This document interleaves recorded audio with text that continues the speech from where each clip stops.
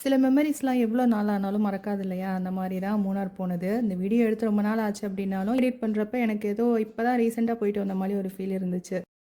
Last வீடியோல வந்து பிரேக்ஃபாஸ்ட்டோட முடிச்சிருந்தேன். அதுக்கப்புறம் வந்து பார்த்தீங்கன்னா, ஸ்ட்ரைட்டா எக்கோ பாயிண்ட் தான் போயிருந்தோம்.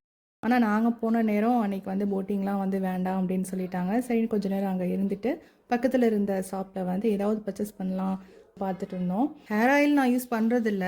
வச்சேன் அப்டின்னா உடனே தலைவலி வந்துரும். வேற எதையாச்சும் தேவையில்லாம வாங்குறதுக்கு இத வாங்குனாச்சும் யூஸ்ஃபுல்லா இருக்கும் அப்படின்னு சொல்லிட்டு தான் வந்து வாங்கியிருந்தேன். இது நம்ம ஊர்லயே கிடைக்குது. இருந்தாலும் தேவையில்லாம மத்தத வாங்குறதுக்கு இத வாங்கலாம் அப்படின்னு சொல்லிட்டு தான் வந்து வாங்குனேன். ஆனா வாங்கிட்டு வந்து ஒரு 10 நாள் இருக்கும். பாட்டில கீழ போட்டு உடைச்சாச்சு. அவ்வளோதான் முடிஞ்சிருச்சு. அப்புறம் அங்க வேற எதுவும் வாங்குறதுக்கு தோணல.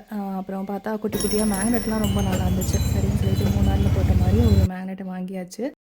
வாங்கிட்டு அதுக்கு அடுத்தது வந்து பார்த்தீங்கன்னா, டாப் ஸ்டேஷன் போலாம் அப்படின்னு சொல்லிட்டு பார்த்தா, அங்க வந்து ஜீப்ல தான் போணும் அப்படிங்கிற மாரி சொன்னாங்க. சரி எதுக்கும் போற வரைக்கும் போகலாம் அப்படின்னு சொல்லிட்டு நாங்களும் வந்து கிளம்பிட்டோம்.